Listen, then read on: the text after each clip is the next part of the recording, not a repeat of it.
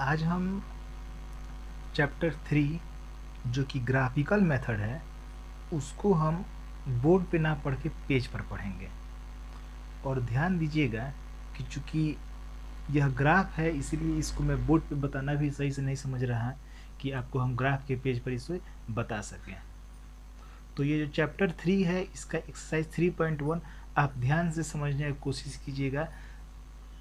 Graph का जो question होता है वह उसका पूछने का तरीका दो तरह से है।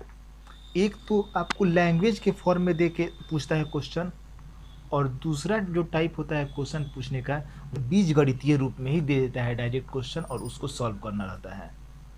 तो इसमें हम देखते हैं सबसे पहला नंबर जो क्वेश्चन है कि आफ्ताब अपनी पुत्री से कहता है। ध्यान दीजिएगा कि लैंग्वेज को पढ़ते हुए पहले हम उसका इक्वेशन सेट करेंगे। तो इसमें कह रहा है दो, इसमें बात आ रहा है जी, एक आफ्ताब का और दूसरा जो बात हो रहा है वह हो रहा है उसके पुत्री का हो रहा है। तो मान लेते हैं यहाँ पर कि माना आफ्ताब की उम्र, आफ्ताब की वर्तमान उम्र मान लेते हैं हम x वर्ष, और फिर ले लेते हैं उसकी पुत्री का भी मान लेते हैं कि वर्तमान उम्र जो है y वर्ष। अब ध्यान दीजिएगा कि सबसे तो पहले हम x और y के रूप में मान लिए। अब क्वेश्चन आपको इतना बढ़िया से हम समझाएंगे कि आपको वहीं समझ में आ जाएगा, बशर्ते कि आप थोड़ा जरूर ध्यान दें, ध्यान से आप इसको समझें। जो कह रहा है कि आफ्ताब अपनी पुत्री से कहता है, यानी कि x कहता है किससे, y से कहता है। x जो है वह कहता है y से। अब क्या कहता है कि 7 वर्ष पूर्व, जहाँ पूर्व का बात आता है वहाँ पर हम माइनस कर देते हैं। तो 7 वर्ष पूर्व कह रहा है तो -7 इधर भी कर दिए और -7 इधर भी कर दिए, 7 वर्ष पूर्व हो गया। लेकिन क्या होता है जी 7 वर्ष पूर्व, तो मैं तुमसे 7 गुनी आयु का था। जो मैं था, ये आफ्ताब जो था वह इसकी उम्र का 7 गुना था, यहाँ पर 7 लगा दिए।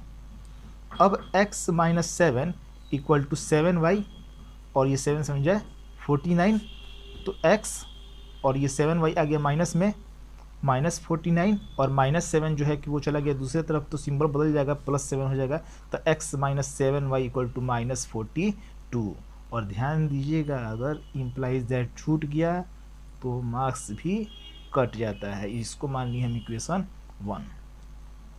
अब फिर जो नेक्स्ट लाइन कह रहा है कि अब से 3 वर्ष बाद मैं, यानी कि फिर आफ्ताब ही कह रहा है, वो भी कब, 3 वर्ष बाद। फिर लिख देंगे, और यहाँ पर लिख देंगे अकॉर्डिंग टू क्वेश्चन, चाहे हिंदी में लिख सकते हैं प्रश्न से। क्या कह रहा है कि 3 वर्ष बाद आफ्ताब का उम्र यहाँ पर और यहाँ इसकी पुत्री का उम्र, और 3 वर्ष बाद कह रहा था इधर +3 इधर भी +3, 3 वर्ष के बाद कह रहा है। लेकिन 3 वर्ष के बाद होता क्या है कि 3 गुनी आयु का रह जाऊंगा, जो आफ्ताब है वह इसकी उम्र का 3 गुना हो जाएगा। ये 3 गुना कर दिया, यानी कि x + 3 = 3y और +3 × 9। तो फिर x + x और ये 3y को इधर लेते हैं तो माइनस में 3y हो जाएगा, सिंबल बदल जाता है, और = 9, और ये प्लस में 3 है तो इधर -3 हो गया। x - 3y इक्वेशन 2 हो गया। तो अब यहाँ पर जो समीकरण 1 निकल गया और समीकरण 2 निकल गया। ये जो लैंग्वेज में क्वेश्चन दिया था, जो ये लैंग्वेज में क्वेश्चन था, उसका मैंने यहाँ बीजगणितीय रूप में इसको लिखा है। एक इक्वेशन ये हो गया और जो दूसरा इक्वेशन ये है, ये बीजगणितीय रूप में आधा जो क्वेश्चन था उसका आंसर हमको, पहले पार्ट का आंसर निकल गया, एक बीजगणितीय फॉर्म में और दूसरा इक्वेशन यहाँ पर। अब कह रहा है कि कौन से फॉर्म में लिखना है, ग्राफीय रूप में इसको व्यक्त करना है। तो ग्राफीय रूप में व्यक्त करने के लिए क्या करेंगे कि सबसे पहले जो समीकरण 1 है उससे चलेंगे। यहाँ लिखेंगे समीकरण 1 से। जो समीकरण 1 है क्या है, x - 7y = -42। ये x - 7y = -42। इससे क्या करेंगे, इसके सहायता से एक बॉक्स बनाएंगे जिसमें 3 खंदा दे देंगे हम, और यहाँ लिख दिए x और यहाँ लिख दिए y। अब ध्यान दीजिए कि ये जो समीकरण है इससे हम यहाँ पर x की जगह पर कोई ऐसा वैल्यू रखें कि y का वैल्यू निकल जाए। तो ध्यान दीजिए कि अगर हम x की जगह पर 0 रखते हैं, x की जगह पर 0 रखते हैं, तो आप इसको सॉल्व कर सकते हैं कि अगर 0 रख दिए तो सिर्फ बचेगा कितना, -7y इक्वल टू -42। माइनस से माइनस तो कट गया, 7 से 42 को डिवाइड करेंगे तो 6 आएगा। आपने 9th क्लास में भी ये बात को पढ़ा होगा कि x की जगह पर हम 0 रखते हैं तो y का वैल्यू निकाल दिए। अगर हम मान लेते हैं कि x की जगह पर जैसे और कोई नंबर रख दें, जैसे प्लस में रख देते हैं वैल्यू, और देखते हैं नंबर कोई लीजिए मान लेते हैं कि यहाँ पर रख दिए 7, x की जगह मान लेते हैं कि रख देते हैं 7। तो x की जगह पर जब हम 7 रखे हैं तो ये गया दूसरे तरफ तो -7 हो जाएगा, तो -7 होगा तो -49 हो जाएगा। और जब -49 को जब हम 7 से डिवाइड करेंगे तो वैल्यू आएगा, ये ध्यान दीजिएगा कि x की जगह पे हम रख दिए प्लस में 7, तो +7 गया तो -7 हो गया। अब -7 और -42 हो गया -49, माइनस से माइनस कट गया तो 7 से डिवाइड करेंगे 49 में तो कितना हो जाएगा 7। तो y का वैल्यू आ गया कितना 7। फिर समीकरण 2 से अगर निकालते हैं यहाँ पर वैल्यू, उससे भी एक ब्रैकेट बनाएंगे, यहाँ पे बॉक्स बनाएंगे। सबसे पहले x minus 3y equal to 6, और इससे क्या करते हैं इक्वेशन को हम लिख देते हैं, ऐसे कर देते हैं तो और आसान हो जाएगा। 6 और -3y तो इसको हम लिख दिए प्लस में 3y। अब बॉक्स बनाते हैं और इसमें भी 3 खंदा, ज़्यादा वैल्यू रखने का कोई ज़रूरत नहीं है। अगर मान लेते हैं कि y के ऊपर रखते हैं -1 वैल्यू, तो -1 रखेंगे y की जगह पर। जब -1 रखेंगे तो 6 में से 3 घट गया तो आ गया वैल्यू x का 3। और अगर हम फिर रखते हैं जैसे y की जगह पर हम रख देते हैं 0, y की जगह पर रख देते हैं 0, तो x का वैल्यू कितना आ जाएगा 6 आ जाएगा। तो हमसे ये दूसरा समीकरण से भी हम वैल्यू निकाल लिए। अब इसी दोनों वैल्यू को हम ग्राफ में रख के सॉल्व करेंगे। तो देखते हैं ग्राफ का जो है, यहाँ मैंने एक ग्राफ पहले से ही खींचा है, लेकिन ध्यान दीजिएगा कि आपको इस ग्राफ को पेंसिल से ही बनाना है, पेन से नहीं बनाना है। मैंने कुछ सुविधा नहीं था जिसके कारण पेन से बनाया है। इसको आपको पेंसिल से ड्रॉ करना है। ये जो पोर्शन होता है इधर की तरफ, इसको कहते हैं x, जो कि प्लस में होता है, और जस्ट उसके बाएं तरफ हो गया x का जो वैल्यू होता है वो माइनस में होता है, x डैश कहते हैं। वैसे ही ऊपर की तरफ y जो होता है कि वह पॉजिटिव में रहेगा, और नीचे की तरफ रहेगा तो निगेटिव में रहेगा। अब सबसे पहले वैल्यू क्या क्या है, तो ध्यान दीजिएगा कि x का वैल्यू 0 है तो y का वैल्यू 6, x का वैल्यू 0 तो y का वैल्यू 6, तो इसका पॉइंट आएगा यहाँ पे आएगा। फिर x का वैल्यू 7 और y का वैल्यू कितना है 7, x का वैल्यू 7 और y का वैल्यू कहाँ ऊपर गया, यहाँ पर आ गया 7, x का 7 और y का भी 7, और इसको हम दोनों को मिला दिए। यहाँ पर ये वैल्यू आया 7 7, और ये जो पॉइंट था इसका भी हम नाम दे देंगे यहाँ पर 0 और 6, तो बढ़िया रहेगा। नाम भी दे दें a और b। और ये जो हम लाइन खींचे थे वो किस ग्राफ के लिए था, तो x minus 7y equal to -42, जो कि यहाँ पर लिख देना सही रहता है। पहले समीकरण के लिए हम रेखा यहाँ खींच दिए। अब वैसे ही दूसरे समीकरण के लिए जो हम रेखा खींचेंगे कि x इक्वल टू जो हम यहाँ निकाले थे 6 + 3y, जो यहाँ वैल्यू रखे थे, x की जगह पर 3 और y की जगह पर -1, x की जगह पर 3 और y की जगह पर -1, तो -1 है तो नीचे की तरफ जाएगा। फिर जो है कि x की जगह पर 6 और y की जगह पर 0, x की जगह पर 6 और y की जगह पर 0 है, तो यहाँ पर ये आ जाएगा पॉइंट। चूँकि 0 के लिए तो हम देंगे नहीं पॉइंट, 6 और 0 है तो x के जगह पर जो 6 है रख दिए वैल्यू, और दोनों पॉइंट को हम ये पे स्केल से मिला लेंगे।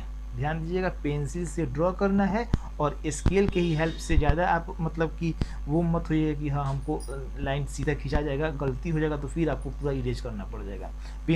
पेंसिल से और स्केल से 5 मार्क्स का पूछता है, 5 में 5 मार्क्स मिलने के आपके पूरे चांस इसमें रहते हैं। लेकिन ध्यान दीजिएगा, फिर हम बोल रहे हैं एक बार कि use only pencil not pen. Pen का यूज आपको एकदम नहीं करना है, इसमें सिर्फ यूज करना है किसका, पेंसिल का।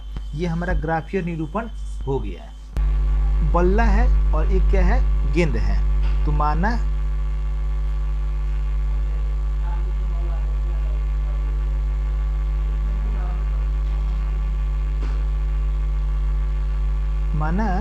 बल्ला की कीमत मान लेते हैं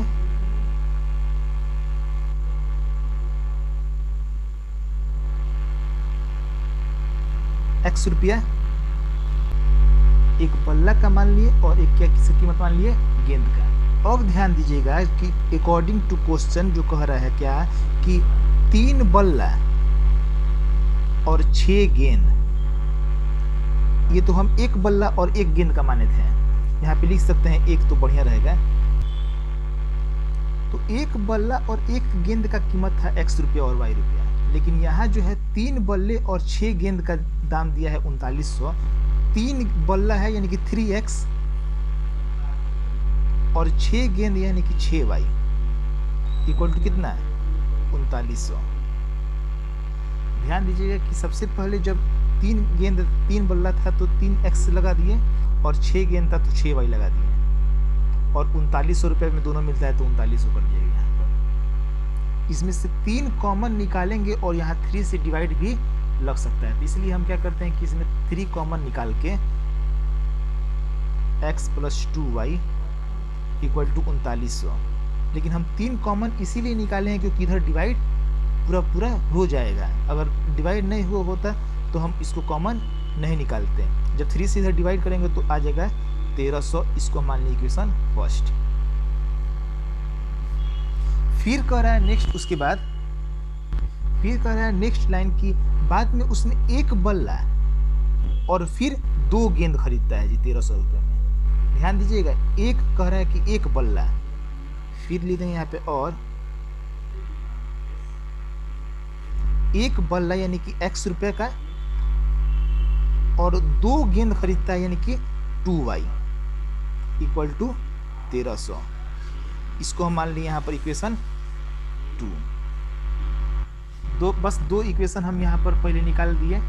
अब जो उसका हमको ये निकालना है, यहाँ पे बीजगणितीय रूप में लिखना था, तो बीजगणितीय रूप में ये हमारा वैल्यू एक लिखा गया है।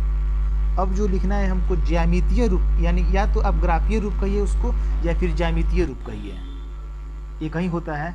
तो हम इसको अब ग्राफीय रूप में लिखते हैं। ज्यामितीय रूप में लिखने के लिए सबसे पहले हम इसको एक बॉक्स बनाएंगे। समीकरण 1 से चलते हैं समीकरण 1 में। तो ध्यान दीजिए कि 1 के लिए जो बॉक्स बनाए उससे पहले हम क्या करते हैं कि समीकरण को सॉल्व कर देते थोड़ा सा। x + 2y इक्वल टू जब 1300 यहाँ पर है, x + 2y इक्वल टू 1300, तो x का वैल्यू कितना आ जाएगा 1300 माइनस 2y। तो अब इसको क्या करते हैं कि यहाँ पर लिख दिए x और यहाँ लिख दिए y। यहाँ हम वैल्यू अगर मान लेते हैं कि थोड़ा सा ज़्यादा बड़ा ही लेके चलते हैं, अगर ले लेते हैं जैसे मान लेते हैं कि 500 ले लेते हैं वैल्यू, कि जो ये हमारा समीकरण था। अब ध्यान से समझते जाइए, हर एक क्वेश्चन को आपको थोड़ा भी परेशानी नहीं होगा। x equal to 1300 minus 2y है, x की जगह पे कितना रख दे रहे हैं हम 500 रख दे रहे हैं। ये रफ ये काम कर रहे हैं, यहाँ पे ये रफ कर रहे हैं सिर्फ। x की जगह पर हम रख देते हैं 500, तो देखिए कि y का वैल्यू कितना आएगा 1300 माइनस 2y। माइनस 2y को हम इधर लेते आ रहे हैं, प्लस में हो जाएगा 2y, और ये 1300 और ये 500 को उधर भेज देंगे तो माइनस में 500, 13 में से 500 गया तो कितना हो गया 800। तो y इक्वल टू हम क्या कर देंगे, इसको 2 से डिवाइड कर देंगे तो कितना आ जाएगा 400 आ गया। तो y का वैल्यू कितना आ जाएगा 400, तो यहाँ पर हम रख देंगे 400।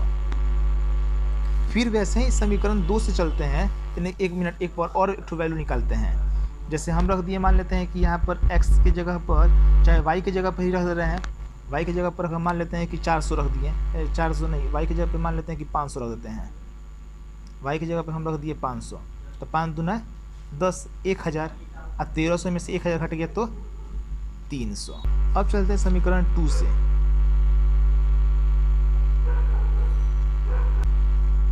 समीकरण 2 से जो चलते हैं तो यहाँ पे भी वैल्यू सबसे पहले हम निकाले, उससे पहले क्या करते हैं कि x प्लस 2y जो दिया था यहाँ पर 1300, तो x इक्वल टू हो जाएगा 1300 माइनस 2y। सेम वही कंडीशन आ गई है यहाँ पे भी, क्योंकि इक्वेशन दोनों का क्या है यहाँ पर सेम है, तो यहाँ पे भी वैल्यू जो होगा कि क्या होगा सेम ही रख सकते हैं। ध्यान दीजिएगा यहाँ पे भी x plus x equal to 1300 minus 2y, और यहाँ पर भी है x equal to 1300 minus 2y। अब दोनों सेम आ गया तो वही कोई क्या करेगा, वैल्यू ही वही वैल्यू ही रहेगा। यहाँ पर 500 है, फिर 400 रख दे रहे हैं, यहाँ पे भी 300 रख दे रहे हैं, यहाँ पे 500 ही रख दे रहे हैं, उससे कोई इफेक्ट नहीं पड़ेगा, क्योंकि वैल्यू जो है यहाँ पर दोनों इक्वेशन जो है कि वह सेम आया है। अब इसका जो ग्राफ खींचेंगे तो वह आएगा संपाती।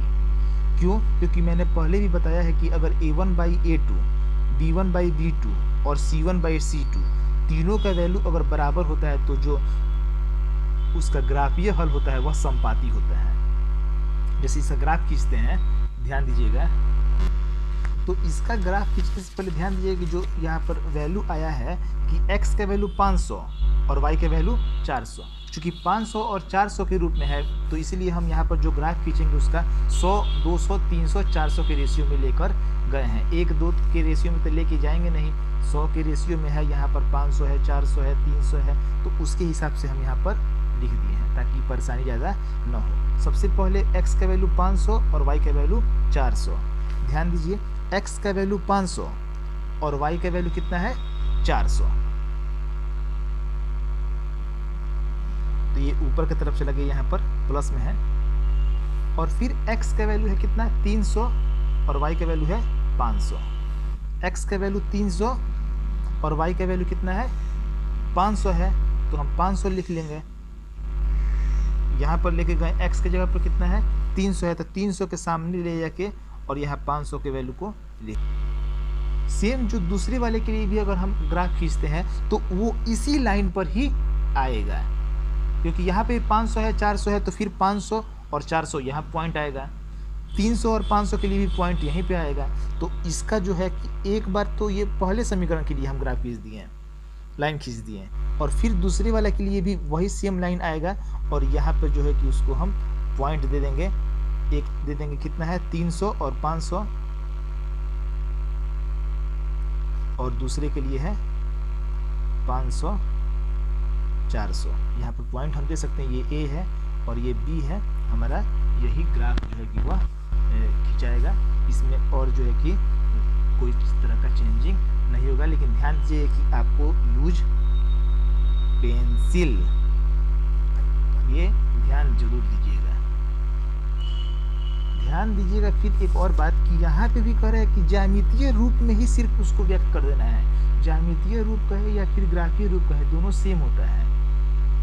इसको मैंने डिनोट कर दिया ग्राफ के रूप में, आंसर कोई नहीं निकालना था, सिर्फ आपको इसको बीजगणितीय रूप में लिखना था और ज्यामितीय रूप में। बीजगणितीय रूप के लिए आंसर ये हो गया 2 गो, और ग्राफ के लिए ये आंसर हो गया।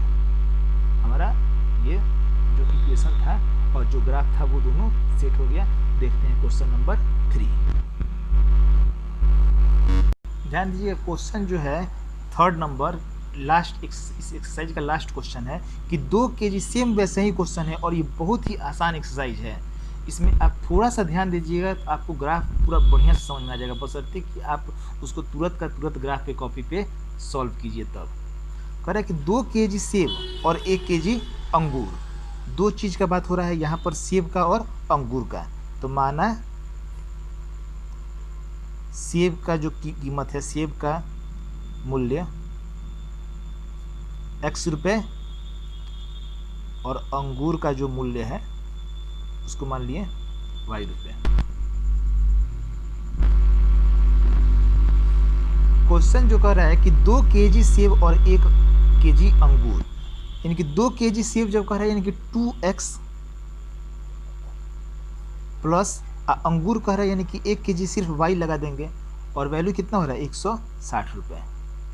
इसको हम मान लिए इक्वेशन फर्स्ट। फिर कह रहा है कि 1 महीने के बाद जो है कि सेब और अंगूर का दाम में 300 रुपये हो जाता है। कब? 4 केजी सेब है तो लिख देंगे 4x, और अंगूर कितना है 2 केजी, तो 2y इक्वल टू 300। 4 केजी सेब तो 4x, 2 केजी अंगूर यानी कि 2y, मूल्य उसका 300 रुपये।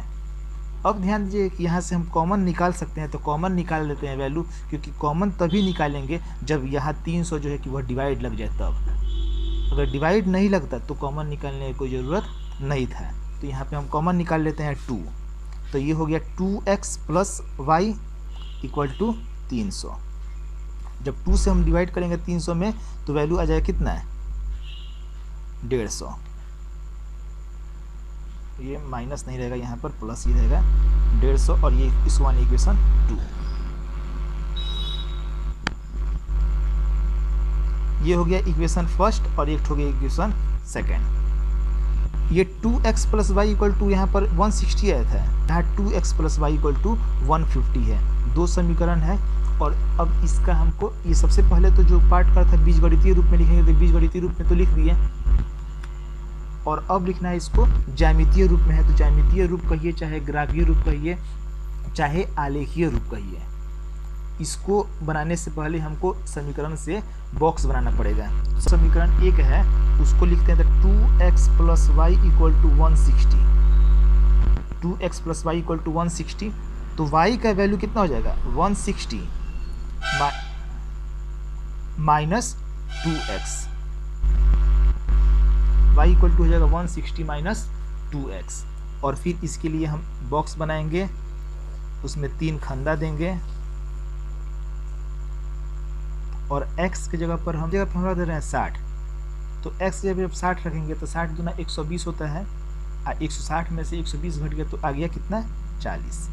वैसे ही अगर हम और x की जगह जैसे रख देते हैं, मान लेते हैं कि 50 रख दिए, जब 50 रखेंगे तो 100 होगा, और घटेगा तो कितना हो जाएगा 60। और फिर समीकरण 2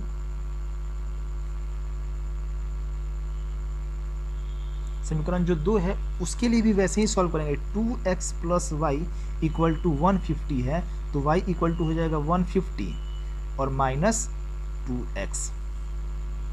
इसके लिए भी बॉक्स हम बनाएंगे, x लिख दिए और यहाँ y लिख दिए। x की जगह पे मान लेते हैं कि जैसे 50 लिख देते हैं, 50 दूना 100 तो घट गया तो कितना हो गया, y का वैल्यू आ गया 50। अगर x की जगह पे हम मान लेते हैं कि जैसे अगर रख देते हैं 70, तो ये 70 दूना 140 घटाएंगे तो हो गया 10। अब इसके लिए जो है कि हम इसके लिए ग्राफ खींचते हैं, और देखिए कि इसका ग्राफ जो है कि वह 10-10 की रेशियो पर बनेगा। ध्यान दीजिएगा, इसका जो हम ग्राफ खींचेंगे तो x की जगह पर पहले है 60 और y की जगह पर है 40, 60 और 40। तो x की जगह पर 60 और y की जगह पर 40 दोनों प्लस में है, तो यहाँ पर इसका हम वैल्यू 1 पॉइंट दे देंगे। फिर x की जगह पर 50 और y की जगह पर 60, x की जगह पर 50 और y की जगह पर कितना है 60, तो उसको हम इसी लाइन में लेके जाएंगे ऊपर की तरफ, यहाँ पर 60 दे देंगे, और इस दोनों पॉइंट को हम स्केल के हेल्प से मिला लेंगे। और यहाँ पर पॉइंट देना जरूरी है कि 60 40 और ये है 50 60, नाम भी दे सकते हैं A और B। अब फिर कर रहा है पॉइंट, अब फिर कह रहा है x और y के लिए 50 और 50, तो x के लिए 50 और y के लिए भी कितना है 50, तो यहाँ पे ये वैल्यू आ गया है 50। फिर x के लिए 70 और y के लिए 10, x के लिए 70 और y के लिए 10, इसके लिए हम यहाँ पे दे दिए पॉइंट। और इसको जब हम खींचते हैं,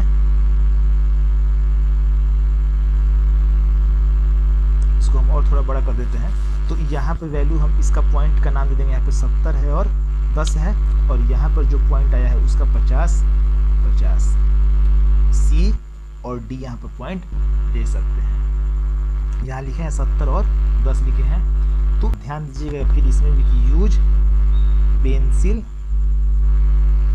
एंड ऑल्सो स्केल।